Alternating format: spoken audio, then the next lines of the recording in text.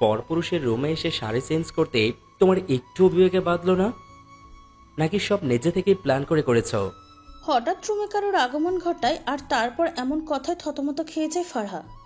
মাথা তুলে সামনে তাকাতেই দেখে সামনে দাঁড়িয়ে থাকা মানুষটা তার দিকে অগ্নি দৃষ্টি নিক্ষেপ করে আছে। ভয়ে ও লজ্জায় মাথা নিচু করে আছে ফারহা। আজ প্রথম শাড়ি পরে বান্ধবীর বিয়েতে এসেছে ফারহা। বাকি সব বান্ধবীরাও হলুদ রঙের শাড়ি পরে এসেছে, তাই বাধ্য হয়ে ফারহাকেও পরতে হয়েছে শাড়ি। কিন্তু এখানে আসার পর দৌড়ে আসা একটা ছেলের সাথে ধাক্কা খেয়ে নিচে পড়ে যায় সে। ছেলেটা পিছনে না তাকিয়ে সোজা চলে গেল। একরাশ বিরক্তি নিয়ে উঠে দাঁড়ালো ফারহা। দেখে সুন্দর করে পরে আসা শাড়িটাও এলোমেলো হয়ে গেছে। ছেলেটাকে মনে মনে গালি দিয়ে সামনে এগিয়ে গেল সে। দেখে বাকি বান্ধবীগুলোও আরিয়ানকে নিয়ে ব্যস্ত হয়ে পড়েছে। তার দিকে তাকানোর সময় নেই তাদের। তখনই আরিয়ানের মা লতা রহমান তার কাছে এগিয়ে গিয়ে সমস্যার কথা জানতে চাইল। ফারহা খুলে বলে সব। এক হাতে শাড়িটা ধরে আন্টির সাথে হাঁটা ধরল সে। যাই হোক, আগে শাড়িটা গুছিয়ে নিতে হবে। বিয়ে বাড়ি প্রায় সারা বাড়ি জুড়েই মানুষ ছড়াছড়ি, তার মাঝে একটা রুম ফাঁকা, আর তা হলো আবরার ভাইয়ের, আরিয়ানের বড় ভাই। তার রুমে কাউকেই ঢুকতে দেয় না সে, নিজের রুম পরিপাটি করে রাখে। এরপর কারো প্রবেশ নিষেধ। তাই লতা রহমান তাকে আবরারের রুমে ঢুকিয়ে বলল, আবরার এখন বাইরে আছে, ও আসার আগেই চেঞ্জ করে নাও। ওর রুমে কেউ এসেছে, তা দেখলে তুল কালাম কান্ড ঘুটিয়ে বসবে সে। নিরুপায় দৃষ্টিতে সাত পাঁচ না ভেবে রুমে ঢুকে শাড়ি ঠিক করতে লাগলো ফারহা। যেহেতু এই রুমে কারো আসার নিষেধ, তাহলে একবারে নিশ্চিন্তে থাকতে পারবে সে। সবশেষে এইটুকু ঝুঁকে শাড়ির কুচিগুলো ঠিক করছিল, তখনই আমরা রুমে আসে। আর এসব কাণ্ড দেখে এত কথা শুনিয়ে নিল ফারহাকে। চুপচাপ মাথা নিচু করে দাঁড়িয়ে আছে ফারহা। আবরারের ভয়ে হাত কাচুমুচু করছে বারবার। মানুষটিকে ভয় পাওয়ার কিছু কারণ আছে। তার চোখে সবচেয়ে রাগী মানুষের নাম হলো আবরার আহমেদ। তাছাড়া তার আরেকটা পরিচয় হলো ফারাদের কলেজে নতুন জয়েন করেছে। জন্মের পর মনে হয় তাকে মধুর বদলে লবণ খাওয়ানো হয়েছে, তাই তার আচরণও নোনতা টাইপের। কলেজে যখন প্রথম প্রথম জয়েন করে, তখন কথায় কথায় একদিন ফারহা তার বান্ধবীদের বলে ফেলেছিল আর আবরার স্যারকে ভালো লাগে। সেটাকে বাকি বান্ধবীরা টানাটানি করতে করতে আবরারের কান অবধি চলে গেল। সেদিন কলেজ ছুটির পর কোচিংয়ে সারা ক্লাস কান ধরে দাঁড় করে রেখেছিল তাকে। এই মুহূর্তে ফারহার দিকে অগ্নি দৃষ্টি নিক্ষেপ করে আছে আবরার। ফারহার নীরবতা দেখে সে আবারও রাগী গলায় বলল, এখন মুখে তালা পড়ে গেছে নাকি? এমন ভাব ধরলে মনে হচ্ছে কিছুই জানো না। মানে আমাকে আকৃষ্ট করতে আর কত নিচে নামবে তুমি? ফারহা এবার নিচের দিকে তাকিয়ে থাকা অবস্থায় বলল, আমি এসব কখনোই ভাবিনি। আমি জাস্ট বিপদে পড়ে আপনার রুমে এসেছি। আপনি যেমনটা ভাবছেন মোটেও আমার এমন কোনো উদ্দেশ্য নেই। বিশ্বাস না হলে আপনি আন্টিকে জিজ্ঞেস করতে পারেন। ফারহার কথায় আবরার আর একটু রাগী স্বরে বলল, স্টপ, নাটক বন্ধ করো তোমার। তখনই রুমে আসে লতা রহমান। আবরারের দিকে চেয়ে বলল, কি হয়েছে? তুই শুধু শুধু মেয়েটাকে এত ধমকাচ্ছিস কেন? ও কি করেছে তুমি জানো? কত বড় সাহস এই মেয়ের আমার রুমে এসে! ছেলেকে থামিয়ে দিয়ে লতা রহমান বলল, জানি আমি, সে এমনি এমনি তোর রুমে আসেনি। বাইরে কার সাথে যেন ধাক্কা লেগে পড়ে গিয়ে সব এলোমেলো করে ফেলেছিল। তারপর আমাকে বললে আমি এখানে নিয়ে আসি। সারা বাড়িতে এখন মেহমান, একমাত্র তোর রুমটাই ফাঁকা ছিল, তাই তাকে বললাম তাড়াতাড়ি ঠিক করে বেরিয়ে আসতে। তো এখানে দোষের কি আছে? মেয়েটা বিপদে পড়েছে, তাই বাধ্য হয়ে এই রুমে নিয়ে আসলাম আমি। আবরার কিছু না বলে ফারহার দিকে মাথা তুলে তাকালো। কিছু না বলে চুপচাপ নিচের দিকে চেয়ে রুম থেকে বেরিয়ে গেল ফারহা। কি ভাবে সে নিজেকে? মুখ কুমড়া করে চুপচাপ আইরিনের কাছে গিয়ে বসে বলে, থাকবো না আমি তোর বিয়েতে, এক্ষুনি চলে যাচ্ছি। বান্ধবীর বিয়েতে এসেছি, কারো অপমান সহ্য করতে আসিনি আমি। আইরিন তার দিকে চেয়ে বলল, তোর আবার কি হলো? কে অপমান করেছে তোকে? ফারহা একবার বান্ধবীদের দিকে চেয়ে চোখ বুলিয়ে নিল, কারণ আবরার স্যারের কথা বলল নির্ঘাত তাকে নিয়ে হাসাহাসি শুরু করবে সবাই।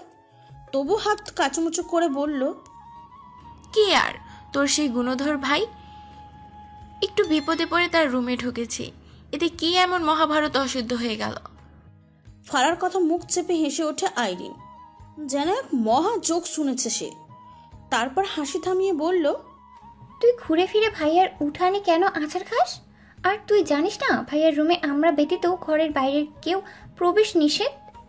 ফারা একটু রেগে বলল, আমি কি জানতাম নাকি বাড়িতেও তোর ভাইয়ের এত রুলস নিয়ে চলে?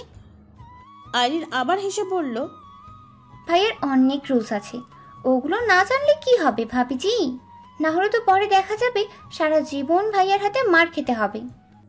আইরিনের কথায় হো হো করে হেসে ওঠে সবাই, যাতে রাগটা আরো বেড়ে গেল ফারার। আইরিনের দিকে চেয়ে বলল, কানে 3 ইঞ্চি নিচ বরাবর একটা কষিয়ে খেলে তখন মজা নেওয়া বের হয়ে যাবে তোর। আর ভাবি ডাকছিস কাকে? আমি কি তোর ভাইকে বিয়ে করার জন্য বসে আছি নাকি? ফারার কথায় আবারও হেসে ওঠে সবাই। ফোন হাতে নিয়ে একপাশে চলে গেল ফারা। বাসা থেকে মা ফোন করেছে আজ বাসায় ফিরবে কিনা তা জিজ্ঞাসা করতে। যেহেতু আজ গায়ে হলুদ কাল বিয়ে, তাই বান্ধবীরা সবাই একসাথেই থাকবে। আজ আর যাওয়া হবে না, তবে ভাইয়া হয়তো যেতে পারে। ফোন রেখে আসার সময় হঠাৎ চোখ পড়লো একটা ছেলে আর একটা মেয়ে একে অপরকে জড়িয়ে ধরে গভীরভাবে চুম্বন করছে। যখন খেয়াল করলো ছেলেটা আর কেউ না, তারই ভালোবাসার মানুষ সাদাব, মুহূর্তেই বুক কেঁপে ওঠে তার। জেগে ওঠে এক তীব্র কষ্ট। সাদাবের সাথে 2 বছরের সম্পর্ক থাকার পর যখন বছর খানিক আগে ব্রেকআপ হয়েছিল, তখন খুবই আবেগপ্রবণ ছিল ফারা। কত রাত জেগে কেঁদেছিল তার কোনো হিসেব নেই। ওই দিনের কথা মনে পড়তেই বুকটা এখন শূন্য মনে হয় তার। সবই ঠিকঠাক ছিল, বাট একদিন সাদাব তাকে বলল তার সাথে রুম ডেটে যেতে হবে, কিন্তু তার সরাসরি না বলে দেয় ফারা। সে বিয়ের আগে এই ধরনের কোনো সম্পর্কে জড়াবে না। আর ওই দিন সাদাব একটা কথা বলল, হয়তো তার কথা মেনে নেবে, নয়তো ব্রেকআপ। ফারহা কয়েকদিন কান্নাকাটি করে সাদাবকে অনেকভাবে বোঝানোর ট্রাই করেছিল, কিন্তু সাদাবের একটাই কথা, হয়তো রুম ডেট নয়তো ব্রেকআপ। এরপরে অনেক কষ্টে নিজেকে শক্ত করলো ফারহা।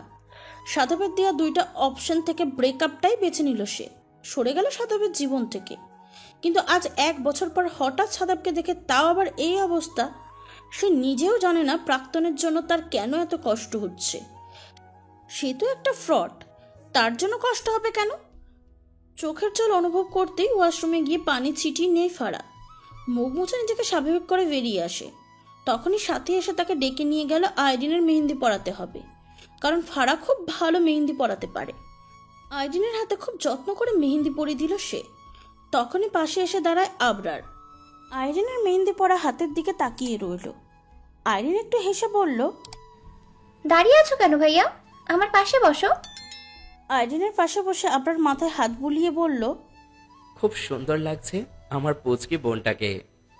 আইরিনের হাতে মেহেন্দি পরানো শেষ হলে ফারার দিকে চেয়ে আইরিন বলে, নে এবার ভাইয়াকেও আমার মতো করে সেম ডিজাইনে মেহেদি এঁকে দিন। আবরার একটু ভুকুচকে বলল, আমি কেন মেহেদি লাগাতে যাব? বিয়েটা তোর, আমার না। আইরিন একটু ঠোঁট ফুলিয়ে বলল, ছোটবেলা থেকে যা করেছি দুজন একসাথে করেছি না। তুমি যা করতে আমিও তাই করতাম, তুমি যা খেতে আমিও তাই খেতাম। এখন আমি মেহেদি লাগিয়েছি, তোমাকেও লাগাতে হবে। আবরার আরেকটু ভুকুচকে বলল, সবই যদি ভাগ করিস তাহলে বিয়েটা একা করে নিচ্ছিস কেন? আশেপাশে বান্ধবীগুলো হেসে ওঠে আবরারের কথায়। আবরার একটু লজ্জা পেল। বোনের সাথে দুষ্টুমি করতে গিয়ে নিজের বিয়ের কথা মুখ ফসকে বেরিয়ে গেল। আশেপাশে হাস্যকর পরিবেশ থেকে রাগী দৃষ্টিতে তাকায় আবরার। মেয়েগুলো চুপ হয়ে যায়। কথা ঘোরাতে আবরার বলল, আচ্ছা ঠিক আছে, বোনের ইচ্ছে পূরণে আমিও মেহেদি লাগাতে রাজি। বলেই হাতটা একটু সামনে বাড়িয়ে দেয় আবরার। মনে মনে আয়রনের গুষ্টি উদ্ধার করে ফেলছে ফারা। একটু আগে এত কথা শুনে এই লোকটার হাতে মেহেদি পরানোর বিন্দুমাত্র ইচ্ছে নেই তার। আর এমনিতেই লোকটাকে দেখলে ভয়ে বুকটা ধুক ধুক করে। আর ওই আইরিন সাতচুন্নি কত সুন্দর বুঝিয়ে বসিয়ে দিল মেহেদি পরাতে। এত টাকা পড়েছে নাকি আমার? ফারাকে একটু আগে করে অপমান যেন মুহূর্তেই ভুলে গেল আবরার। মেহেন্দি পরানোর জন্য হাত বাড়িয়ে দিল ফারার দিকে, কিন্তু ফারা ভুলেনি কিছুই। মুখ ঘুরিয়ে অন্যদিকে তাকিয়ে রইল। আইরিন ফারার কাঁধে আলতো ধাক্কা দিয়ে বলল, কিরে কোন ধ্যানে আছিস? সেম আমার ডিজাইনটা ভাইয়াকেও এঁকে দিবি? নিরুপায় হয়ে মনে মনে আইরিনের কুষ্টি উদ্ধার করতে করতে এক হাতে আবরারের হাতটা ধরে অন্য হাতে মেহেন্দি আঁকা শুরু করলো ফারা। আঁকার সময় আইরিন তাদের দিকে এক দৃষ্টিতে তাকিয়ে থেকে বলে, খুব মানাবে দুজনকে। ফারা মাথা তুলে আইরিনের দিকে চোখ বড় বড় করে তাকায়। মান ইজ্জত যেটুকু আছে ওটাও খাবে নাকি এই মেয়ে? ফারা এমন লুক দেখে আইরিন হেসে বলল, আরে আমি তো ভাইয়ার আর আমার দুজনের মেহেদির ডিজাইনের কথা বলছি। খুব মানাবে ভাইয়া আর আমার মেহেদি ডিজাইন। ফারা নিজের বোকামিতে একটু লজ্জা পেয়ে গেল, তা প্রকাশ করলো না, চুপচাপ বলল, ওহো, ফারার ভাই ফারদিন। ফারা আর সে একসাথে এসেছিল। ফারদিনকে সন্ধ্যা থেকে দেখা গেলেও এখন রাতে হলুদ লাগানোর মুহূর্তে কোথাও সে নেই। ফারা এদিক সেদিক খুঁজে ফারদিনকে না পেয়ে ফোন দিল। 2 বার রিং হতেই ফোন রিসিভ করে ফারদিন। ফারা বলে ওঠে, সবাই এখানে তোমাকে খুঁজছে। আর তুমি কোথায় গেলে ভাইয়া? আর আবরার ভাইয়া ফোন দিচ্ছে, তুমি ফোন ধরছো না কেন? ওপাশ থেকে শান্ত গলায় উত্তর এলো, ভালো লাগছে না রে ফারু, তাই বাসায় চলে এসেছি। মানে কি তুমি বাড়ি চলে গেলে? ভালো লাগছিল না, তাই কাউকে বলে আসারও ধৈর্য পাইনি। তোরা এনজয় কর, আমার ভালো লাগছে না, ঘুমাবো, বাই। ফারদিনের কথা আগামাথা কিছুই বুঝলো না ফারা। ফোন রেখা আইরিনের কাছে এসে দেখে সবাই আইরিনকে হলুদ লাগাচ্ছে। ফারা গিয়ে লাগাতেই আইরিনও তাকে লাগিয়ে দিল। ফারা একটু অবাক হয়ে বলল, আমাকে লাগাচ্ছিস কেন? পাশ থেকে সাথী বলল, হলুদ লাগিয়ে দিলে তাড়াতাড়ি বিয়ে হয়। আইরিন তো আবরার স্যারকেও হলুদ লাগিয়ে দিয়েছে। ফারা একটু অবাক হয়ে বলল, এসব কি আইরিন? আইরিন একটু হেসে বলল, তেমন কিছু না, তোর আর ভাইয়ার বিয়েটা যেন তাড়াতাড়ি হয়ে যায় তাই। ফারা লাভ দেওয়া কথার মতন বলে উঠল, জীবনেও না। তোর ভাইয়ের মতো ঘাটটা রেখে আমি তো দূরে থাক, জীবনেও কোনো মেয়ে বিয়ে করবে না। তখন সাথীর ইশারায় ফারা পিছন ফিরে আবরারকে দেখে একটা শুকনো ঢোক গিলে নিল। সারা মুখে হলুদ মাখায় নাজেহাল অবস্থা। ভিতরে গিয়ে ওয়াশরুমে মুখ ধুয়ে নিল ফারা। বের হতেই ওয়াশরুমের সামনে সাদাবকে দেখে থমকে যায় সে। পাশ কাটিয়ে চলে আসতে চাইলে সাদা দেয়ালের এক হাত দিয়ে পথ আটকিয়ে দাঁড়ায়। ফারা একটু রাগী লুক নিয়ে বলে, পথ ছাড়ুন আমার।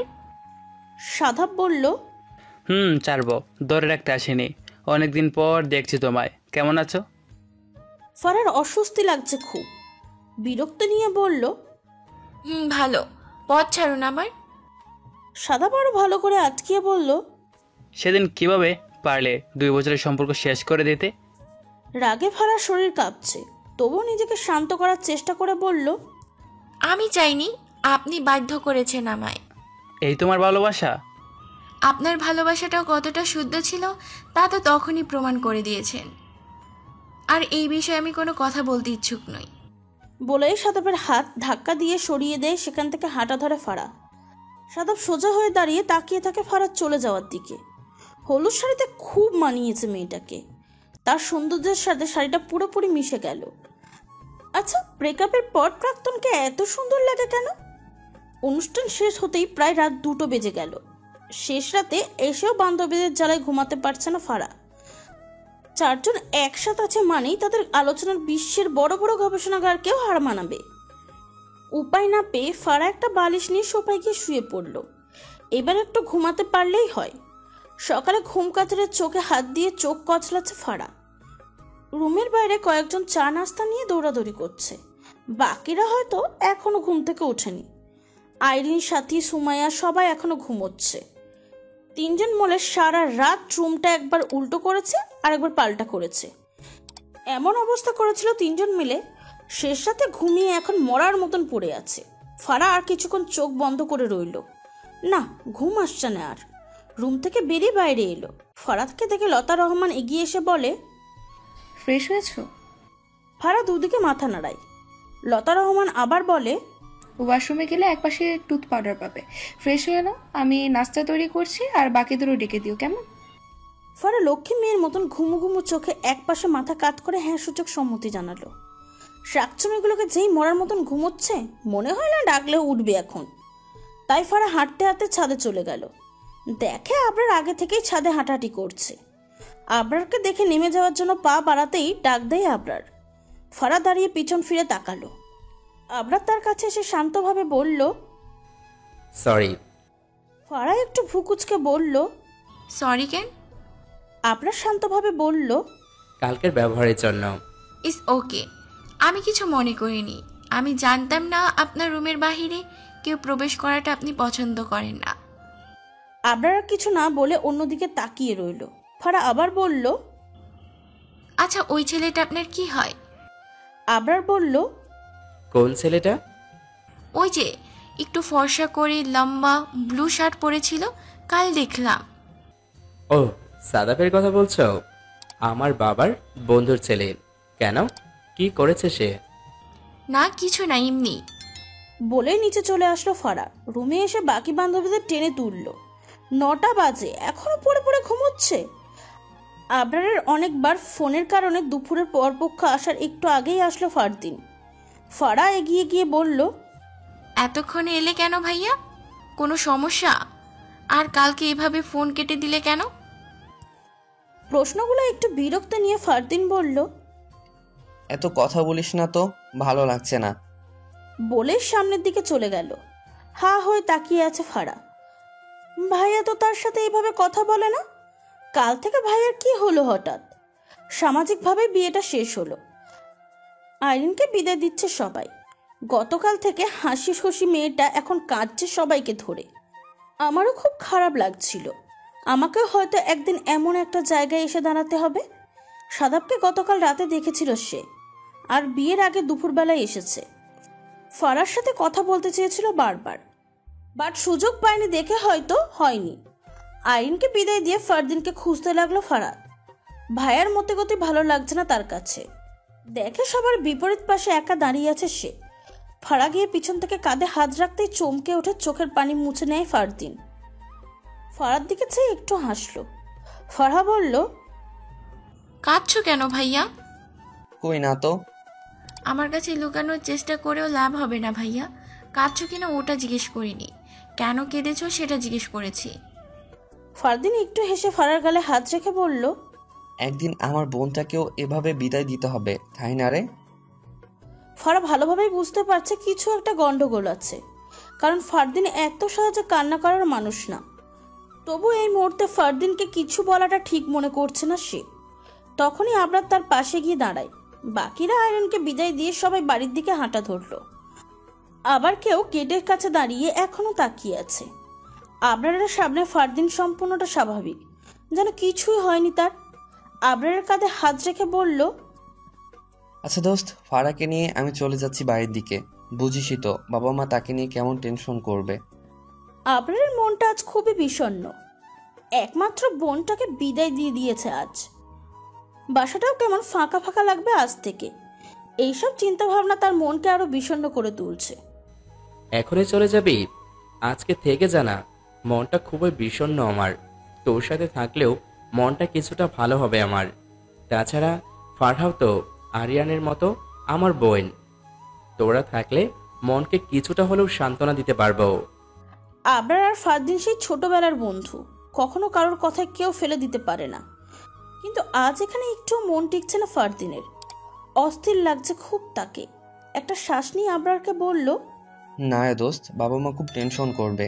আর গতকালকেও ফারাকে এখানে রেখে যাওয়ার জন্য খুব কষ্ট করে বোঝাতে হয়েছে তাদের। জানিস তো, আমার একটাই বোন, বাবা মা কখনো তাদের একমাত্র মেয়েকে চোখের আড়াল করতে চায় না। কলেজে গেলেও তারা অস্থির হয়ে থাকে মেয়ের জন্য। চোখের আড়াল হলেই যেন ফারাকে খুঁজতে থাকে তারা। বুঝিসই তো বাবা মার মন। আবরা একটু হাসি রেখা টানার চেষ্টা করে বলল, আচ্ছা, তাহলে ফারহাকে পৌঁছে দিয়ে তুই আবার এখানে আসিস। আমি সন্ধ্যার আগেই তোর কাছে আসছি। আবরার একটু হেসে বলল, আচ্ছা। ফারাকে নিয়ে বাড়ির উদ্দেশ্যে রওনা দিল ফারদিন। ফারা এত কথা বললেও ফারদিন নিশ্চুপ। বাসায় এসে জামা চেঞ্জ করে খাটে লম্বা হয়ে শুয়ে রইল ফারা। হিসেব মেলানোর চেষ্টা করছে। প্রথমত সাদাবের সাথে প্রায় 1 বছর পর দেখা, তাও কি বিশ্রীভাবে ভাবতেই ছি সূচক শব্দ মুখ দিয়ে বেরিয়ে আসে। দ্বিতীয়ত ফারদিন ভাইয়া কখনো এমন আচরণ করে না। আর ফারদিনকে ছোট থেকে তেমন একটা কাঁদে দেখেনি ফারা। কিছু কারণ তো নিশ্চয়ই আছে, যা ভাইয়া বারবার আড়াল করতে চাইছে। আর শেষে হব কালকে আবরারের সাথে ঘটে যাওয়া মুহূর্তগুলো। রুমে ঢোকায় আবরারের করা বকাবকির মাঝেও একটা মায়াময় দৃষ্টি দেখেছে সে। কিছুক্ষণ পর আবার সব রাগ হাওয়া হয়ে গেল।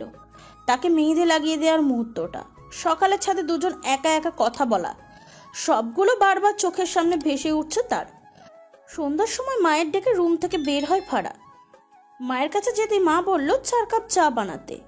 প্রতিবেশী চাচি এসেছে। ফারাহ চুপচাপ রান্নাঘরে গিয়ে চা বসালো। ওদিকে তাদের মাঝে জমিয়ে আলোচনা চলছে। ফারাহ বারবার বিয়ের কিছু টপিক শুনতে পারছে আলোচনার মাঝখানে। বাড়িতে করে বিয়ের টপিক উঠলেই বুকটা ধুক ধুক করতে থাকে তার। না জানি কোন দিন তার বিয়ে নিয়ে পড়ে সবাই। আজও একটু একটু ভয়ে বুকটা ডিপ ডিপ করছে তার। চা হাতে তাদের সামনে এগিয়ে গেল ফারাহ। চা রেখে মায়ের এক পাশে গিয়ে দাঁড়ায় সে। চাচি চায়ের কাপে চুমুক দিয়ে বলল, আজকালকার মেয়েগুলা বড় হওয়ার পর বিয়ে না দিলে এমন কাণ্ড করে বসে। মেয়ে উপযুক্ত হয়েছে, তাহলে তাদের বাসায় রাখবে কেন? পরে বাবা মাকে নিজের থেকে কিছু বলতে পারে না। কোনো ছেলের হাত ধরে ভেগে গিয়ে বংশের মুখে চুনকালি মাখে। চাচির কথা থামিয়ে ফারার মা তাকে বলে, তুই চলে যা ফারা, বড়দের কথার মাঝে থাকতে নেই। মায়ের কথায় চুপচাপ সেখান থেকে চলে যাচ্ছে ফারাহ। প্রতিবেশী নামক এই মহিলাটাকে দেখলেই মেজাজ খারাপ হয় তার। এই মহিলার কাজই হলো এর কথা গিয়ে তাকে বলা, ওর কথা এসে অন্যকে বলা। এখানেও এসেছে নিশ্চয়ই তানিয়া নামক মেয়েটার কথা সবাইকে বলতে। এর মাঝে ফারাকে নিয়ে টপিক উঠলেই থমকে যায় সে। তবু চুপচাপ দরজার আড়ালে গিয়ে শুনতে চেষ্টা করে ওই মহিলা বাবা মাকে কি কানা পড়া দিচ্ছে। বিষয়টা বুঝবেন ভাবি, ফারহা এখন বড় হয়েছে, বিয়েরও সময় ঘনিয়ে এসেছে তার। এই বয়সে মেয়েদের বুক ফাটে তোর মুখ ফোটে না। বিয়ে না দিলে পরে দেখবেন সেও অন্য কারোর সাথে চলে যাচ্ছে।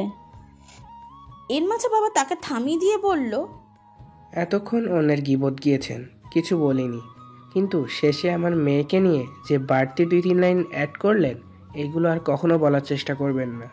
বিশেষ করে আমার সামনে কখনো বলবেন না। চাচি নির্লজ্জের মতন আবারও বলল, আরে ভাইজান, তানিয়ার মাও এই কথাই বলেছিল। এখন ঠিকই তো, মেয়ে এমন কাণ্ড করেই বসেছে। বাবা আবারও বলল, আমাদের মেয়ের প্রতি আমাদের পুরো বিশ্বাস আছে। আমাদের মেয়ে কখনো আমাদের কথার বাইরে যায়নি, আর কখনো যাবেও না। এর মাঝে মা ফরন কেটে বলল, আর ফারা কখনো এমন কাজ করলে তাকে মেয়ে হিসেবে স্বীকারই করব না আমরা, ত্যায্য মেয়ে করে দেব, তবুও কখনো অন্যায়কে প্রশ্রয় দেব না। একটা কথায় যেন ভয়ে বুকটা কেঁপে উঠে ফারার। মায়ের কথায় বুকটা ধুকধুক করলেও বাবার কথা শুনে ভালো লাগছে যে তার প্রতি তাদের কত বিশ্বাস। সারা বাড়িতে কোলাহলপূর্ণ পরিবেশ। আসার সময় সারা রাস্তা কেঁদেছিল আইরিন। আইরিন অনেকের কাছেই শুনেছে বিয়ের পর স্বামীর বাড়ি যাওয়ার সময় মেয়েটা কান্না করলে তাদের হাজব্যান্ড অনেকভাবে বোঝানোর ট্রাই করে, তাদের কতভাবে কথা বলে তাদের স্বাভাবিক করার চেষ্টা করে। কিন্তু আইরিনের হাজব্যান্ড মাইন তার দিকে একবারের জন্য ফিরে তাকায়নি। পুরোটা সময় আইরিনের থেকে দূরে বসে বাইরের দিকে তাকিয়েছিল।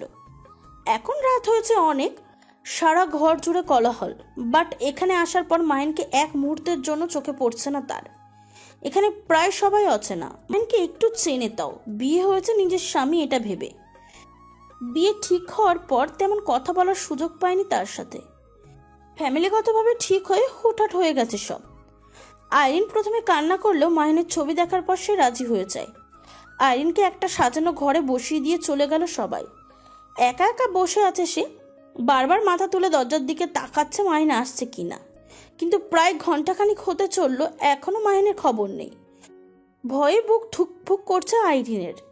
তার সামনে গিয়ে কি বলবে সে, কি করবে কিছুই ভেবে পাচ্ছে না। তবু অপেক্ষা করে যাচ্ছে চুপচাপ। ওদিকে বেলকনিতে ফ্লোরে বসে দেয়ালের সাথে হেলান দিয়ে চুপচাপ আকাশের দিকে চেয়ে আছে ফারদিন। হাতে আইরিনের একটা ছবি, চক্ষু যুগল রক্তিম আভা ধারণ করে আছে তার। গতকাল রাতে ও দিনের বেলায় ভাইয়ের অদ্ভুত আচরণটা নিয়ে টেনশন কমছে না ফারার।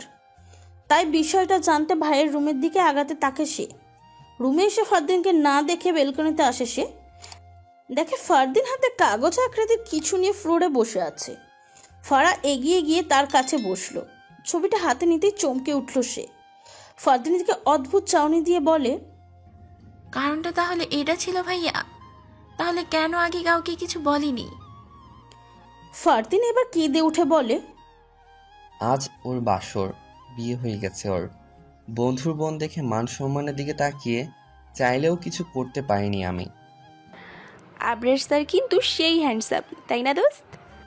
দাঁত কেলিয়ে কথাটা বলল স্বাতী। আইরিন পাশ থেকে বলল, আমার ভাইয়াটা কি তোর চোখ দিয়ে গিলে খাবে নাকি? সাথে মুখ থেকে চসূচক একটা শব্দ ছেড়ে বলল, সুন্দর কি সুন্দর বলবো না তো কি বলবো? মুখ ফসকে পাশ থেকে ফারা বলল, আমারও স্যারকে খুব ভালো লাগে। ফারার কথায় কেউ কিছু বলছে না। ফারা পিছনে তাকিয়ে দেখা মাত্রই আবরার তাদের পাশ দিয়ে হেঁটে গেল। মুহূর্তে জিভে ছোট্ট একটা কামড় দিল ফারা। ইস রে, স্যার কিছু শুনে ফেলেনি তো? কিন্তু তা নিয়ে আলোচনা বন্ধ হয়নি ফ্রেন্ড মহলের মাঝে। ক্লাসেও চলছিল লুকিয়ে আলোচনা, যেটা সূত্র ধরে আবরার স্যার সারা ক্লাসে কান ধরে দাঁড় করিয়ে রেখেছিল। শেষে যাওয়ার সময় আস্তে করে বলল, এখন তোমার পড়াশোনা করার বয়স, এইসব করার বয়স না। সেদিনের পর থেকে আইরিন তাকে ভাবি বলে সম্বোধন করে। মাঝে মাঝে আইরিন বলতো আবরারও ফারাকে পছন্দ করে, সেটা আইরিন বোঝে, বাট তা আবরার প্রকাশ করতে চায় না। এসব নিয়ে ফারাকে কত দিন খেপিয়েছে তার হিসাব নেই। বাট আজ ফারদিনের মুখে কিছু কথা শুনে সকল চিন্তা ভাবনা হাওয়ায় উড়ে গেল তার। আইরিনের ছবি হাতে নিয়ে ফারদিনকে এইভাবে কাঁদতে দেখে ফারা বলল, এতই যখন ভালোবাসতে তাহলে কাউকে বলনি কেন এতদিন? কেন চুপ করেছিলে ভাইয়া? কাউকে না বললেও অন্তত আমায় বলতে তুমি। যা হওয়ার তা পরে দেখা যেত, কেন চুপ থেকে এখন আফসোসের পাহাড় বইছো? ফারদিন চোখের পানি মুছে নিজেকে স্বাভাবিক করে বলল, আমি চাইনি আইরিনের বিষয়টা নিয়ে আমাদের মাঝে বন্ধুত্বটা শেষ হয়ে যাক। আর হাবরার এটা কখনোই মেনে নিত না। তুই তো জানতি আমাদের বেস্ট ফ্রেন্ডের তালিকায় 3 জন ছিলাম। ফারা একটু ভেবে বলল, তুমি আবরার ভাইয়া আর সোহেল ভাইয়া, কিন্তু সোহেল ভাইয়ার সাথে তোমাদের সম্পর্ক নষ্ট হয়ে যায়। আবরার ভাইয়া নাকি চরম মেরেছিল তাকে। ফারদিন বলল, সোহেল তাকে পছন্দ করত, আর সেটা আমাকে সরাসরি বলতে পারেনি দেখে আবরারকে বলে আমায় রাজি করতে চেয়েছিল। কিন্তু আবরার সেদিন সোহেলের সাথে খুব খারাপ ব্যবহার করেছিল, দুশ্চরিত্র বলে তাড়িয়ে দিয়েছিল, আর বলেছিল বন্ধুর বোন মানে তোরও বোন, বোনের দিকে কিভাবে বাজে নজর দিস, কোন সাহসে, দুশ্চরিত্রর সাথে আরও যা তা বলেছিল। ফারদিনের কথায় চোখ বড় বড় করে তাকায় ফারা। এই সামান্য বিষয়টা নিয়ে এত বছরের ফ্রেন্ডশিপ নষ্ট হয়ে গেল তাদের। ফারদিন আবারও বলতে লাগলো, সেদিনই আইরিনের বিষয়টা মনের ভেতর মাটি চাপা দিয়ে দিয়েছিলাম আমি। মাঝে মাঝে আফসোস হতো কেন হাবরারের বন্ধু হতে গেলাম, আবার এটা ভেবেও নিজেকে সান্ত্বনা দিতাম তার মতো বন্ধু পাওয়া তো ভাগ্যের ব্যাপার। মাঝে মাঝে মনে হয় আমরা বন্ধু না, যেন 2 ভাই। হালকা ভয়ে যেমন ফারার বুকের ভিতরে টিপ টিপ শব্দ তৈরি করে, তেমন আজও বুকের ভেতরটাই টিপ টিপ করতে শুরু করলো। এত কাহিনী আগে জানলে কখনো আবরারের প্রতি এত ফিলিংসের কাজ করতো না। তাহলে তারও কি এখন উচিত আবরারের জন্য তৈরি হওয়া বিন্দু বিন্দু ফিলিংসগুলো একটা একটা করে চাপা দেওয়া শুরু করা? এরই মাঝে ফারদিনের কথায় ধ্যান ভাঙে পাহারার। ফারদিন খুব করুণ গলায় বলল, কথাগুলো কাউকে বলবি না প্লিজ, কারণ এসব কথা জানাজানি হয়ে গেলে আইরিনের সংসারে অশান্তি তৈরি হতে পারে। আমি চাই না আমার কারণে তার শান্তি নষ্ট হয়ে যাক, সে সারা জীবন সুখে থাকুক, এটাই আমার চাওয়া। রাত ধীরে ধীরে গভীর হতে লাগলো, আর এদিকে সেই অনেকক্ষণ ধরেই মাহিনের জন্য অপেক্ষা করছে আইরিন। চারপাশের কাঁচ ফুলের সুবাসে ভেসে উঠেছে, আর এদিকে ভয়ে বুকটা ধুকধুক করছে আইরিনের। এরপর কি হবে ভাবতে ভাবতে মাথায় ভর করে আছে নানান দুশ্চিন্তা। ভাবতে ভাবতে দরজার আওয়াজ পেতে নড়ে চড়ে বসছে সে। মাহিন এসেছে রুমে। সুদর্শন দেখতে পারফেক্ট একটা মানুষ তার চোখে, তাই তো ছবি দেখেই বিয়েতে রাজি হয়ে গিয়েছিল। যদিও মেয়েকে এখন বিয়ে দিতে চায়নি আইরিনের বাবা মা, তবে ছেলেও ছেলের কোয়ালিফিকেশন আর ছেলের কেরিয়ার দেখে প্রস্তাব ফিরিয়ে দেয়নি তারা। চাকরির সুবাদে 6 মাসের জন্য আমেরিকায় পাড়ি দেবে সে, তাই তো 10-12 দিন পরেই ফ্লাইট। তাই তাড়াহুড়ো করে মাহিনকে বিয়েটা করিয়ে দিল তার ফ্যামিলি। রুমে এসে খাটের পাশে এসে দাঁড়ায় সে। আইরিন মাথা নিচু করে বসে আছে। মাহিন হাত ঘড়ি খুলতে খুলতে বলল, কয়েকটা কথা বলবো, মন দিয়ে শোনেন। বিয়ের আগে আমি খুব বেশি পরিচিত ছিলাম, বিষয়টা কিন্তু এমনও নয়। আমার ফ্যামিলি থেকে হুটহাট এই সিদ্ধান্ত আর আপনার ফ্যামিলিও রাজি হয়ে যায়। এর মাঝে আমি আপনাকে কিছু বলতে চেয়েছিলাম, কিন্তু আপনিও নাকি আমার ছবি দেখে বিয়েতে মত দিয়ে দিলেন। আমার ফ্যামিলিও হয়তো ভেবেছিল আপনি দেখতে সুন্দরী বলে আমিও সব মানিয়ে নেব, এরপর আমার চলে যাওয়ার সুবাদে বিয়েটাও খুব তাড়াহুড়ো করে হয়ে গেল। বাট এখন আপনি এটা ভাববেন না যে আপনাকে আমার পছন্দ হয়নি বা বিয়েতে আমার মত ছিল না দেখে আপনাকে বাড়ি থেকে বের করে দেব। এমনটাও করবো না আমি। আপনি এই বাড়িতে আপনার মতো করেই থাকতে পারেন, আমার কোনো প্রবলেম নেই। তবে আমার স্ত্রী হওয়ার অধিকারটা চাইবেন না। কথাগুলো আমি আপনাকে বিয়ের আগেই বলতে চেয়েছিলাম, বাট বলতে পারিনি দেখে এখন বলছি। এখন আমি চাইলে আপনাকে ডিভোর্স দিতে পারবো, বাট বাবা মা এটা কখনোই মেনে নেবে না। তাই বাকি সিদ্ধান্তটা আপনার। শুধু বউ নামে এই বাড়িতে থাকবেন নাকি এখান থেকে চলে যাবেন, আর এখানে থাকলেও রানীর বেশে থাকতে পারবেন, ওটা নিয়ে ভাববেন না। বলেই একটা ট্রাউজার আর টাওয়েল নিয়ে ওয়াশরুমে চলে গেল মাহিন। এতক্ষণে এই মুহূর্তটা যেন পুরোটাই মাথার উপর দিয়ে গেল আইরিনের। কথা বলার ভাষা খুঁজে পাচ্ছে না, মাথাটা ভন ভন করতে শুরু করলো তার। প্রথম দেখায় কাউকে ভালোবেসে ফেলে তার মুখে এমন কিছু শোনার জন্য অপেক্ষায় ছিল না সে। কত কিছু তো ভেবে রেখেছিল সে। বিয়েটা হবে, এরপর মাহিনের সাথে পরিচয়টা হবে এই 10-12 দিনেই। তারপর মাহিন চলে গেলে ফোনে কথা হবে তাদের। গভীর রাত পর্যন্ত লুকিয়ে লুকিয়ে ফোনে প্রেম করবে দুজনে।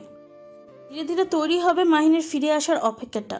হুট করে একদিনে আকাশ সমান আনন্দ নিয়ে ফিরে আসবে মাহিন, যেই আনন্দের মহাকাশের তারাগুলো মিটমিট করে চলতে থাকবে তার। বাট আজ এই স্বপ্নই যেন দীর্ঘশ্বাসে পরিণত হয়ে গেল। আজ আর ঘুম আসছে না ফারহার। ফারদিনের কথাগুলো এক পাশে রাখলো আর অন্য পাশে রাখলো আবরারকে। দুটোই মিলানোর চেষ্টা করছে সে। ফারদিনের ভালোবাসার হারানোর কষ্টটা সে একটু হলেও অনুভব করতে পারছে, কিন্তু এইসবের মাঝে তার ভাবনায় বারবার নতুন করে আবরারকে কেন জড়িয়ে ফেলছে তা সে নিজেও বুঝে উঠতে পারছে না। আজ এই বুকের বাঁ পাশটা ডিপ ডিপ শব্দ করছে কেন? কিসের এত ভয়? বিশ্বনাথ মনে ব্যালকনিতে বসে আছে ফারাদ। তখনই পাশে এসে বসেছে ফারদিন। ফারাদ দিকে রাগে দৃষ্টিতে চেয়ে বলল, তুই নাকি 2 দিন ধরে কোচিংয়ে যাচ্ছিস না, সমস্যা কি? ফারদিনের কথায় একটু বিষণ্ণ মন নিয়ে বলল, কিছু না, এমনি ভালো লাগছে না, তাই যাচ্ছি না, কাল থেকে যাব। তা তো যাবি। আর এমনিতেই আবরার বলছে কাল থেকে 10 মিনিট আগে কলেজ ও কোচিংয়ে না পৌঁছালে ক্লাসের বাইরে দাঁড় করিয়ে রাখবে। আচ্ছা। ফারদিন চলে গেলেও বিষণ্ণ মনে বসে রইল ফারা। ফোনটা বের করে আইরিনকে কল দেয়। একবার কল হতে রিসিভ করে আইরিন বলল, ফারু বল। ফারা একটু অভিমানী কণ্ঠে বলল, বল মানে? শ্বশুরবাড়ি যাওয়ার পর একেবারে ফোন দেওয়া প্রয়োজনে মনে করিস না তুই? আগে তো ঠিকই বলতি আমাদের বন্ধুত্ব চিরকাল থাকবে, আর এখন শ্বশুরবাড়ি পা রাখতেই ভাব বেড়ে গেছে তোর। আইরিন শান্ত গলায় বলল, না রে, একটু ব্যস্ত ছিলাম তো, তাই ফোন দিতে পারিনি। আইরিনের কণ্ঠ একটু গম্ভীর দেখে ফারা বলল, কি হয়েছে তোর? এভাবে কথা বলছিস কেন? না কিছু না, মনটা ভালো ছিল না তাই। মন খারাপ কেন? হাজবেন্ড বকেছে? আরে না, ও তো খুব ভালো, ওর মতো মানুষ হয় না। আমি মনে কষ্ট পাবো বলে একটা ধমকও দেয় না, থাকতো বকবে। বলে একটা শ্বাস নিল আইরিন। ফারা বলল, আচ্ছা, কালকে থেকে কলেজে যাবি? না রে, আরো 2-1 দিন যাওয়া হবে না, তুই একাই যাস। কোচিংও যাওয়া হয় না। কাল থেকে না গেলে তোর বজ্জাত ভাই নাকি ক্লাসের বাহিরে দাঁড় করিয়ে রাখবে।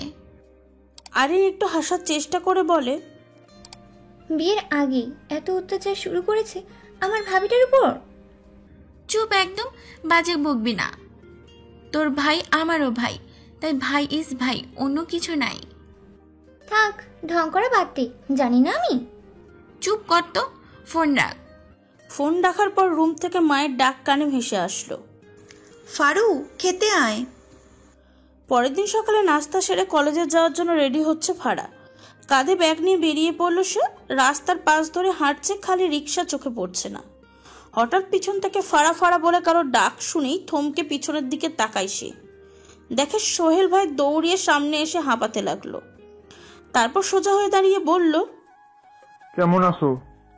যদিও তার সাথে ফারা কথা বলতে ইচ্ছুক নয়, তবুও ভদ্রতার খাতিরে বলল, জি ভালো, আপনি কেমন আছেন? মোটামুটি। তোমাকে কতক্ষণ ধরে ডাকছিলাম, শুনতে পাওনি? খেয়াল করিনি। ও আচ্ছা ভাইয়া, আমি যাই, ক্লাসের সময় হয়ে গেছে। শুনলাম আইরিনের নাকি বিয়ে হয়ে গেছে। জি ঠিকই শুনেছেন। তুমি কি বিরক্ত হচ্ছ? আরে একদিন দেরি হলে কিচ্ছু হয় না। আপনার কিছু হবে না, তবে আমার জন্য এটাও অনেক কিছু। আচ্ছা, আমার তো জব হয়েছে, শুনছো? না শুনিনি, এখন শুনলাম। কংগ্রাচুলেশন। এবার আমি যাই। আমার জব হয়েছে শুনে খুশি হওনি তুমি? সরি, আপনার আনন্দে আমি কেন আনন্দিত হব? আর হ্যাঁ, আসি, সময় নেই আমার। এমনিতেও আজ রাস্তায় খালি রিক্সা পাচ্ছে না, তার ওপর ওর সাথে বকবক করে অনেকটা সময় নষ্ট হলো। হাত ঘড়ির দিকে তাকিয়ে দেখে 8:55 বাজে, আর ওইদিকে 9টায় ক্লাস। আর আজ মঙ্গলবার, প্রথম ক্লাসটা ওই খাটাসের। লেট হলেই ক্লাসে মঙ্গল উদ্ধার করে ছাড়বে। কলেজের গেট দিয়ে প্রবেশ করতেই দেখে 9:03 বাজে। ক্লাস শুরু হয়ে গেছে অলরেডি। সব স্টুডেন্টরা ক্লাসরুমে চলে গেছে। ভয়ে দৌড়াদৌড় পড়তে পড়তে ক্লাসরুমের দিকে চলে গেল সে। যেতে যেতে সব মিলিয়ে অলরেডি ক্লাসের 5 মিনিট লেট। দরজার সামনে দাঁড়িয়ে ফারা বলল, মে আই কামিং স্যার? ভিতর থেকে কড়া জবাব, no, stand outside the door. Sorry sir, আর এমনটা হবে না, আসলে গাড়ি পেতে লেট হয়ে গেছে। No excuse. একরাশ বিরক্ত নিয়ে ক্লাসের বাইরে দাঁড়িয়ে আছে ফারা। সোহেলকে মনে মনে ইচ্ছা মতন গালি দিচ্ছে সে। ওর কারণেই একটা গাড়ি মিস করেছিল তখন। অবশেষে পাক্কা 10 মিনিট পর ক্লাসে প্রবেশ করার অনুমতি পেল সে। কি ভাবিজি, শুনলাম আজ নাকি ক্লাসের বাইরে দাঁড় করিয়ে রেখেছিল তোমাকে। আমার ভাইটা পারেও বটে। আইরিনের কথায় মাথাটা আরো গরম হলো তার। রাগ নিয়ে বলল, তোর ভাই যেমন খাটাস, ঠিক তুইও তেমন খাটাস। একজন নাচে আরেকজন তালি বাজায়। আচ্ছা শোন, কাল থেকে আমিও যাব কলেজে। সত্যি? এখানে সারা দিন বসে থাকতে ভালো লাগে না। আচ্ছা চল আয়, মজা হবে অনেক। পরের দিন একটু আগেই ভার্সিটিতে চলে গেল তারা। ক্লাসরুমে ব্যাগ রেখে বাইরে আড্ডা দিচ্ছিল বান্ধবীরা মিলে। কিছুক্ষণ পর ক্লাসের সময় হওয়া সবাই ক্লাস কক্ষের দিকে হাঁটা ধরল। টেবিলে এসে বসে ব্যাগ সরাতেই একটা ঝটকা খেলো ফারা। দেখে ব্যাগের নিচে একটা গোলাপ ফুল আর একটা চিরকুট। চিরকুট না, এটাকে চিঠি বলা যায়, কারণ চিরকুট হলে লেখা অল্প হতো, আর এখানে লেখা অনেক। আর শেষে ছোট্ট করে লেখা ইতি আবরার। ভয়ে হাত পা হালকা কাঁপুনি তৈরি হলো তার। আবরার হুট করে চিঠি আর ফুল দিল কেন? সে তো এমনটা করবে বলে কল্পনাও করতে পারেনি ফারা। তবুও সকলের আড়ালে চিঠি আর ফুলটা ব্যাগের ভিতরে ঢুকিয়ে দিল ফারা। নিজেকে স্বাভাবিক করার চেষ্টা করলেও ক্লাসে মন বসছে না কিছুতেই। প্রথম ক্লাসটা শেষ হতেই ব্যাগ থেকে হালকা বের করলো চিঠিটা। একটু একটু পড়তে শুরু করলো। প্রিয় চোরাবালি, প্রথমেই অবাক হচ্ছ সম্বোধনটা দেখে। ভাবছ চোরাবালি আবার কেমন সম্বোধন? তবে এটারও যথেষ্ট কারণ আছে। তোমায় যেদিন প্রথম দেখেছি সেদিন থেকেই ধীরে ধীরে কখন তোমার প্রেমে পড়ে গেলাম তা আমি নিজেও বুঝতে পারিনি। তোমার মাঝে সেভাবেই হারিয়ে যেতে শুরু করলাম, যেভাবে কোনো মানুষ চোরাবালিতে পড়লে নিজেকে হারিয়ে ফেলে। আমিও ঠিক সেভাবেই তোমার মাঝে হারিয়ে ফেলেছি নিজেকে। আহত হয়েছি তোমার মায়াবী চোখের দৃষ্টিতে। আমি আহত, ভীষণ আহত। ইতি আবরার। চিঠিটা পড়ে হাত পা আরো কাঁপতে শুরু করলো ফারার। এগুলো কি সব লিখেছে আবরার স্যার?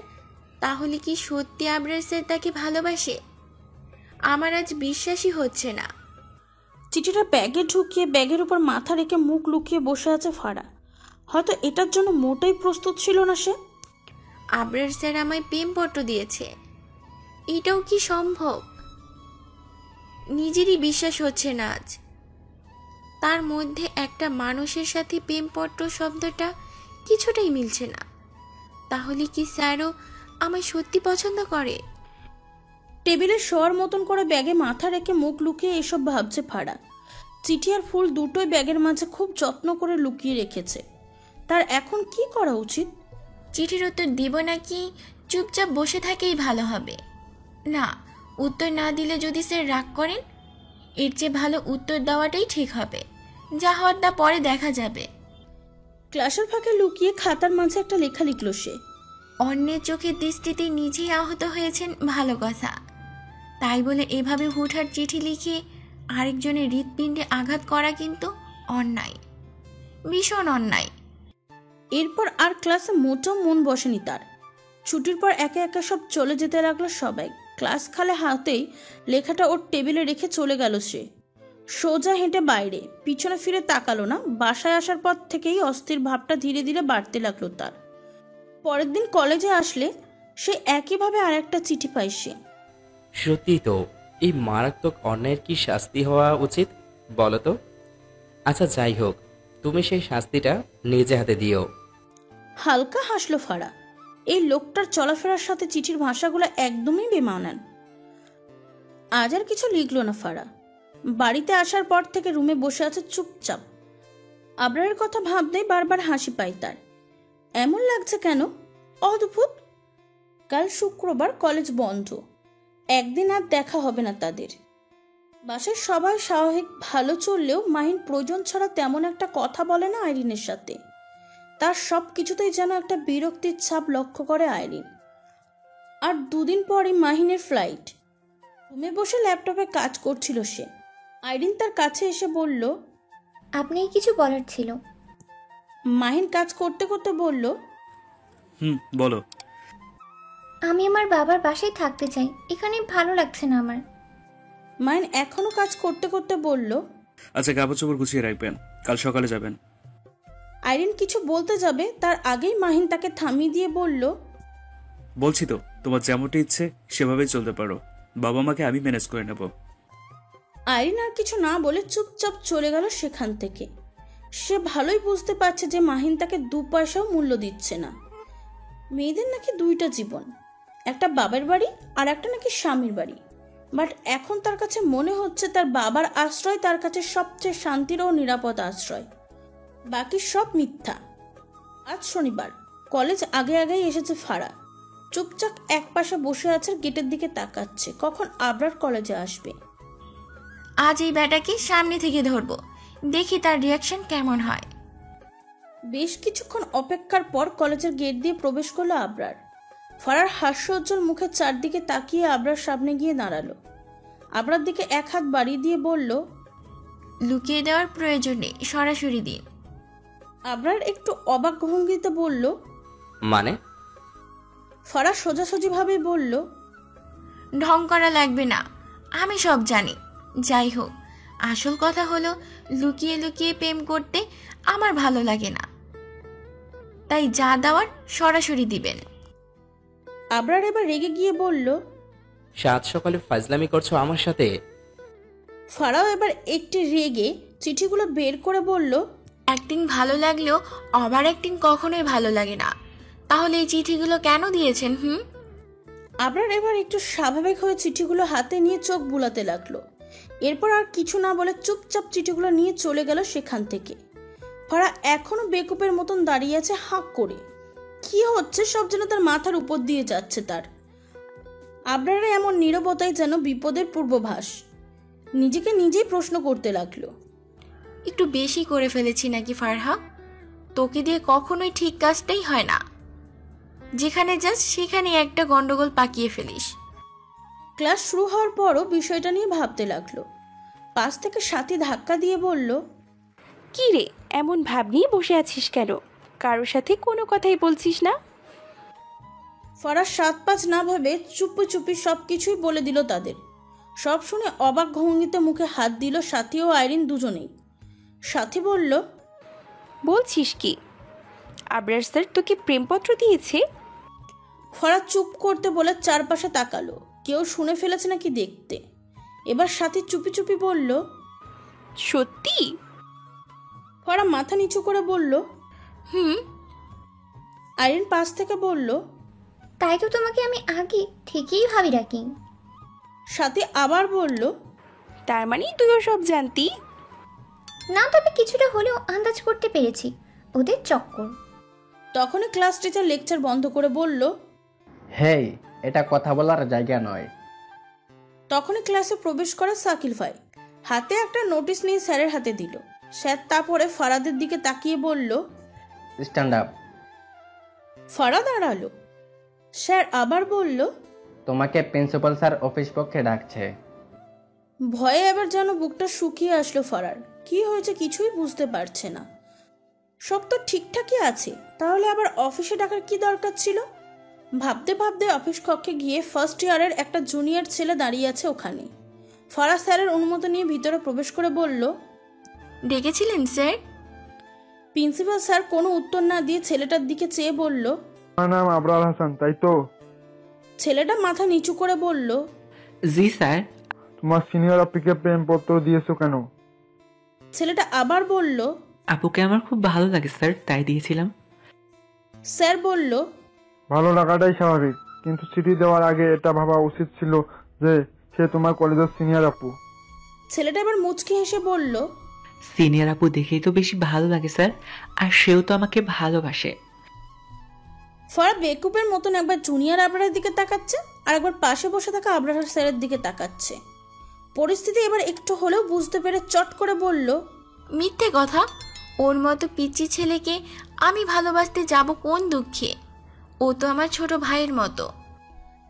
ছেলেটাও চট করে বলল, স্যার ও ভয় এখন মিথ্যা বলছে, সেও যে আমায় ভালোবাসে তার প্রমাণ আছে আমার কাছে। স্যার ভ্রু কুচকে বলল, কি প্রমাণ? স্যার সেও আমায় চিঠি দিত, সেগুলো আমার কাছেও আছে। স্যার ও খুব ভয় পাচ্ছে, ওকে কিছু বলবেন না প্লিজ। মারলে ওর বারগুলো আমাকে দিবেন স্যার, নাহলে সে খুব ব্যথা পাবে। পাশ থেকে আবরার স্যার বলল, হাইরে কি টুরু লাভ! প্রেমিক আর মারও প্রেমিক ভাগ করে নিতে চাইছে। আহা, তোমাদের ভালোবাসায় আমি মুগ্ধ। ছেলেটা বুকের বাঁ পাশে একটা হাত রেখে একটু ঝুঁকে মুখে হাসি ফুটিয়ে বলল, থ্যাংক ইউ স্যার। ফারার মাথায় যেন আগুন জ্বলতে শুরু করলো। স্যারদের সামনে জুনিয়র ছেলেটাকে বলল, একটা চর খাবি তুই? আমি কোন দুঃখে তোকে ভালোবাসতে যাব রে? আর প্রেম করার বয়স হয়েছে তোর? চিঠিগুলো দেখে আমি ভেবেছিলাম অন্য আবরার দিয়েছিল। আমি কি জানতাম নাকি যে এটা তুই আবরার? আর তোর নাম যে আবরার সেটাও তো জানতাম না আমি। তখনই প্রিন্সিপাল স্যার বলল, কোনো আবরার? এবার ফারা পড়ে গেল আর এক মুসিবতে। আমতা আমতা করে বলতে লাগলো, না মানে কেউ না স্যার, এমনি। তখন জুনিয়র ছেলেটা বলল, দেখলেন তো স্যার, বলছি না সেও ভয় এমন করছে। সত্যি বলতে সে আমাকেই ভালোবাসে স্যার। আমরা দুজন দুজনকে ভালোবাসি। ভালোবাসা কি অপরাধ স্যার? আর তা যদি অপরাধ হয় তাহলে যেই শাস্তি দিবেন তাই মাথা পেতে মেনে নিব স্যার। আবরার স্যার এবার বসা থেকে উঠে প্রিন্সিপাল স্যারকে বলল, স্যার, এদেরকে এভাবে হবে না। এদের দুজনের অভিভাবককে ইনফর্ম করুন আর ইমিডিয়েটলি কলেজে আসতে বলুন। প্রিন্সিপাল স্যারও তাদের সাথে বলল, ওকে, এখন ক্লাসে যাও, দুজনের অভিভাবক আসলে আবার ডাকা হবে। ফারা এবার কাঁদো কাঁদো ভাব হয়ে বলল, প্লিজ স্যার, আমার বাবাকে আর ভাইকে ডাকবেন না প্লিজ। ওরা এইসব শুনলে আমাকে মেরেই ফেলবে। আমি তো ইচ্ছে করে জেনে শুনে করিনি এসব। Please sir. পাশের জুনিয়র ছেলেটা বলল, এত ভয় পাচ্ছ কেন তুমি? স্যার তো আমাদের উপকারী করতে চাইছে, তাই না? আমাদের ভালোবাসার খবরটা তো একদিন না একদিন ফ্যামিলিকে জানাতেই হবে, তাই না? এখন আগে থেকে তারা জেনে রাখলে আমাদের জন্যই তো ভালো। ফারা রাগে ছেলেটার দিকে চেয়ে ফিসফিসিয়ে বলল, শুধু এখান থেকে বাঁচি, তারপর তোর একদিন কি, আমার যে কয়দিন লাগে। সন্ধ্যায় সবাই বসে চায়ের কাপে চুমুক দিয়ে টিভি দেখায় ব্যস্ত ফারা। অনেক কষ্টে আজ কলেজের সিচুয়েশনটা ম্যানেজ করেছে। একেবারে হাতে পায়ে ধরার মতো যা তা অবস্থা হলো আজ।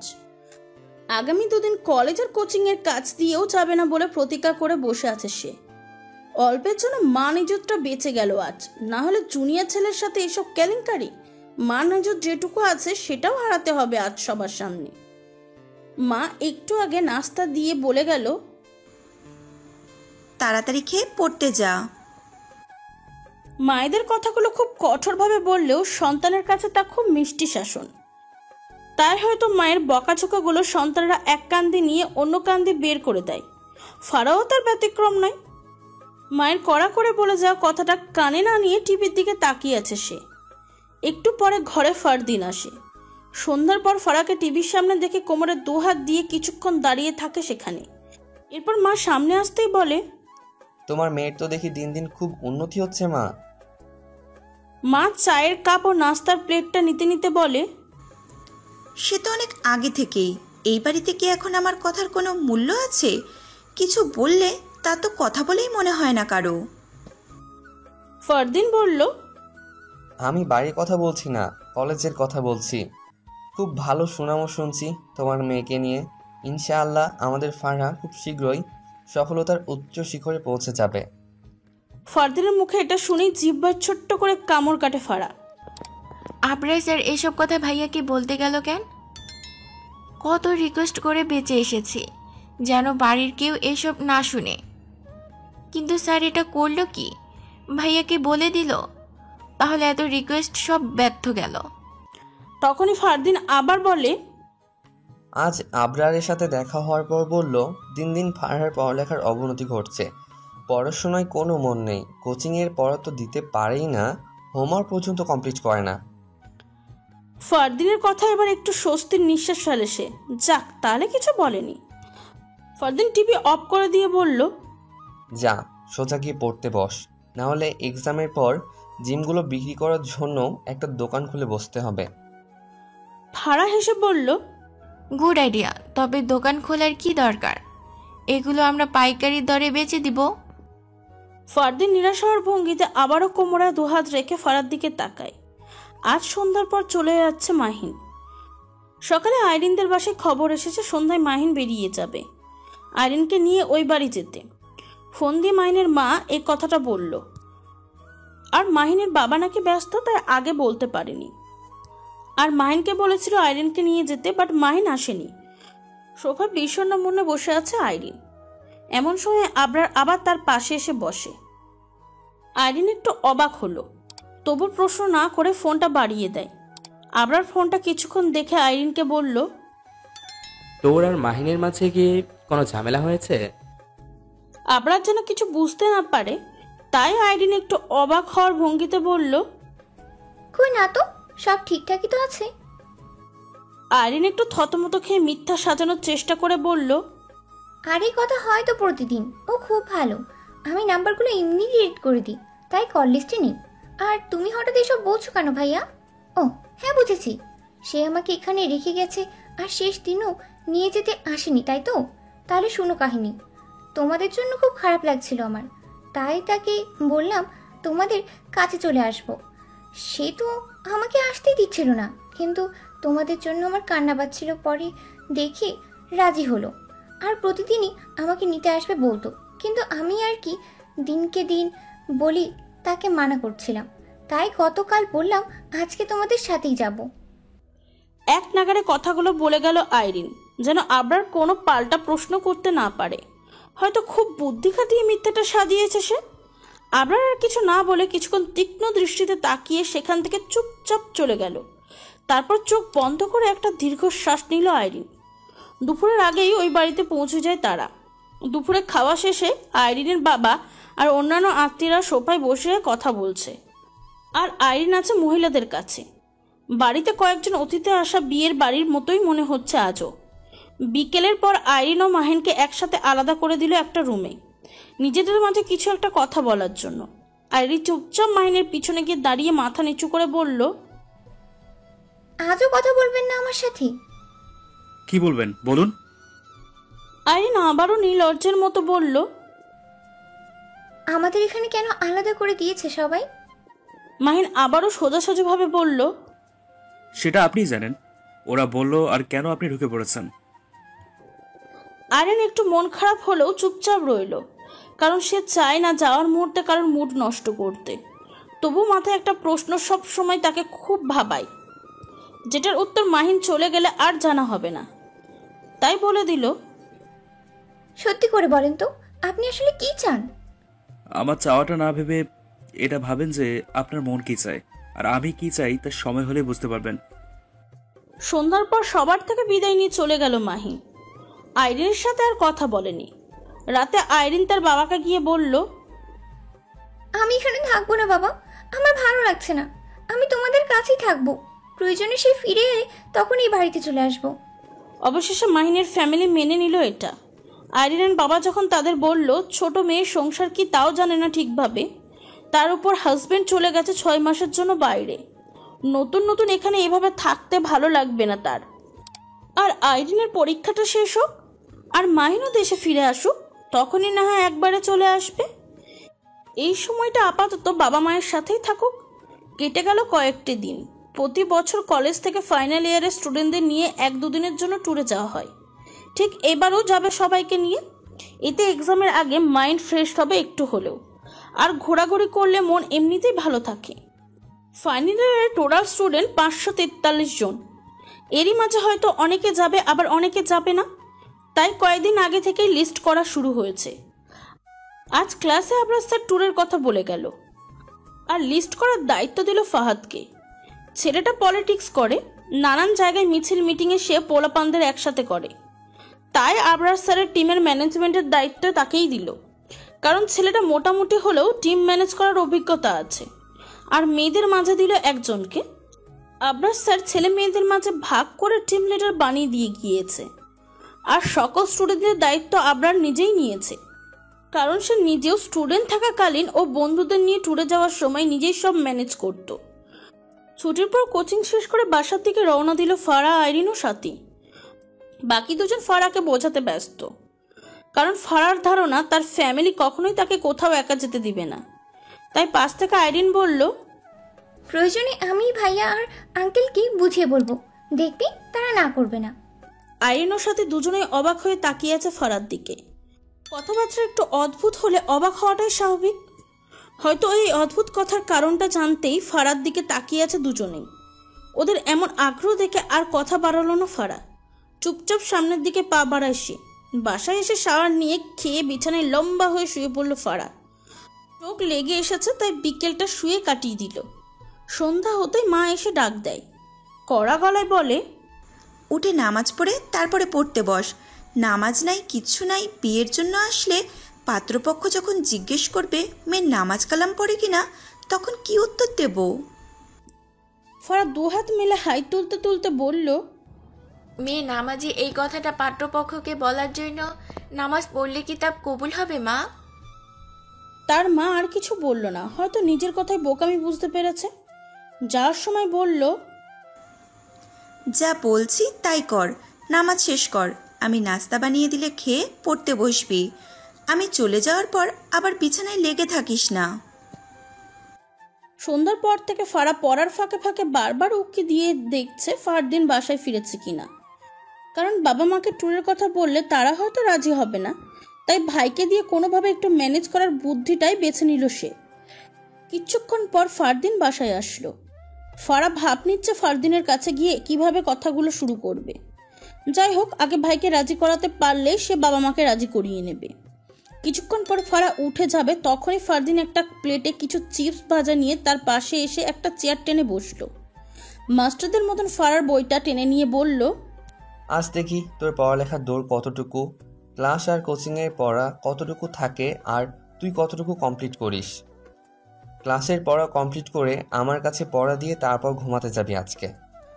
ফারা প্লেট থেকে চিপস নিয়ে খেতে খেতে বলল, ভাইয়া একটা কথা ছিল। ফারদিন বই উল্টে দেখতে দেখতে বলল, বল। তোমাকে সবচেয়ে বেশি ভালোবাসে কে জানো? জানি মা।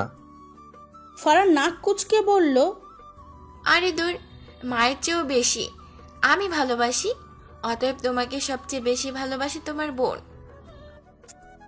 ফারদিন ভু কুচকে আর চোখে তাকিয়ে বলল, এত ভনিতা না করে মতলবটা কি তা বলে ফেল। তার মানে তুমি বলতে চাইছো আমি শুধু মতলব খুঁজে তোমাকে এসব বলি? ও আচ্ছা, তুমি বলতে চাইছো আমি তোমাকে ভালোবাসি না? ফারদিন তাকে থামিয়ে দিয়ে বলল, হয়েছে, থাম। আমি কি তা বলেছি নাকি? আমি বলেছি তুই হয়তো কিছু একটা বলতে চাস, ওটা বলে দে। এবার ফারা একটু হেসে বলল, কলেজ থেকে ট্যুরে যাবে চট্টগ্রাম, বাকি ফ্রেন্ডরাও যাবে। ফারদিন শান্তভাবে বলল, জানি। তারপর? ফারা সোজা হয়ে বসে বলল, আমিও যাব, প্লিজ তুমি মা বাবাকে ম্যানেজ করে দাও। ফারদিন আবারও বলল, এটাও জানি। তারপর? ফারা একটু রাগী চোখে তাকিয়ে বলল, কি তারপর তারপর করছো? তুমি কি আমার কথা শুনতে পাচ্ছ? ফারদিন বইয়ের পৃষ্ঠা আরেকটা উল্টে বলল, শুনেছি। তারপর? খাওয়ার সময় ফারদিন গিয়ে টেবিল টেনে বসলো। চারদিকে তাকিয়ে ফারাকে ডাক দিল খাওয়ার জন্য। ফারা হোমওয়ার্ক কমপ্লিট করতে করতে বলল, তোমরা শুরু করো, আমি আসছি আর একটু। ফারদিন খাবার বেড়ে নেয়। তখন পাশ থেকে তার মা তার বাবাকে বলে, কি যেন বলছিলে? ছেলে কি করে? বাবা খেতে খেতে বলে, ছেলে আর্মি অফিসার, 2 ভাই, দুটো একেবারে প্রিন্সের মতো। ছোটটা ইংল্যান্ড গেল পড়াশোনার জন্য। ফ্যামিলিও অনেক নামডাক আছে। তারা কিছু চায় না, শুধু ফারহাকে চায়। আরও বলল আমাদের কিছুই করতে হবে না, আমাদের এখানেও কোনো খরচা করতে হবে না, যা যা প্রয়োজন হবে ওগুলো সব তারাই দিবে।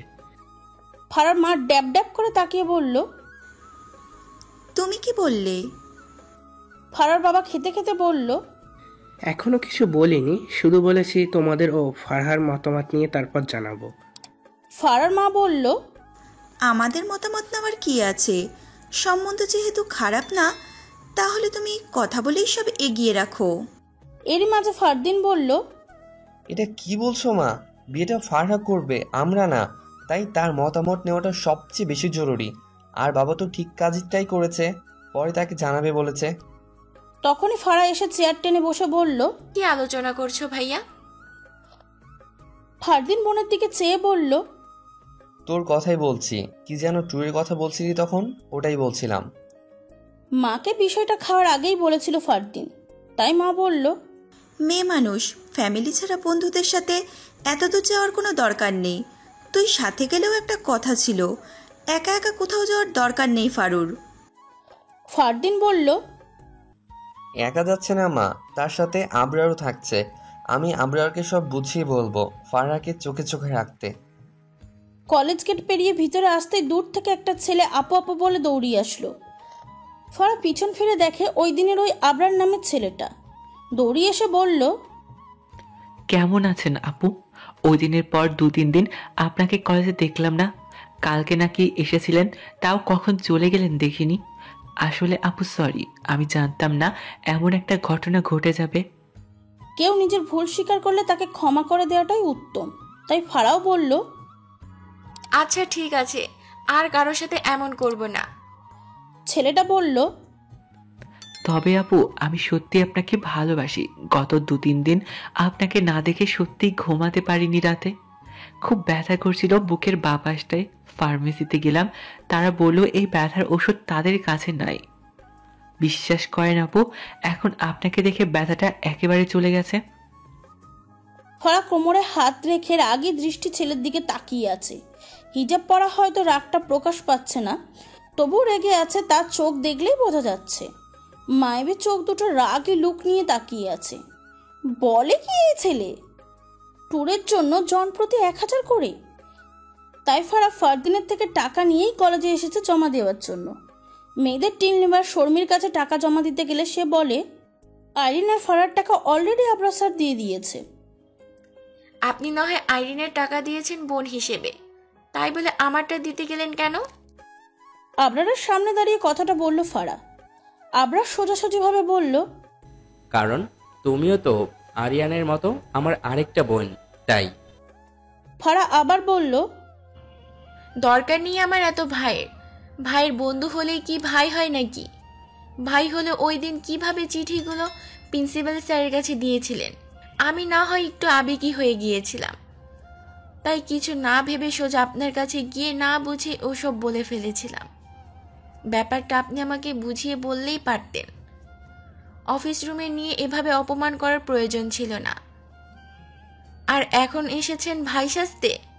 লাগবে না আমার এত ভাই। আপনি আমার কেউ না, স্যার মানে শুধু স্যার। এক নিঃশ্বাসে কথাগুলো বলে কয়েকটা শ্বাস নিল ফারা। আবরার এক দৃষ্টিতে ফারার দিকে তাকিয়ে আছে। মেয়েটা আজ এত কথা বলছে কেন? অল্পতেই এত অভিমান কেন তার? চুপচাপ দাঁড়িয়ে ফারাকে বোঝার চেষ্টা করছে সে। পাশ থেকে আইরিন ফারার হাত ধরে টেনে একপাশে নিয়ে গিয়ে বলল, কি করছিস এগুলো? একটা না তো বলেই গেলি, কার সামনে বলছিস তা মাথায় আছে তো? বিয়ের আগে যদি এত কথা শোনাতে থাকিস তাহলে তো বিয়েই করবে না তোকে। ফারহা বলল, আমার এত খারাপ সময় আসেনি তোর ভাইয়ের মতো একটা খচ্চরকে বিয়ে করব। আইরিন নিশ্চুপ হয়ে তাকিয়ে আছে, হঠাৎ করে হেসে দিল, যেন এতক্ষণ হাসিগুলো পেটের ভিতরে আটকে ছিল।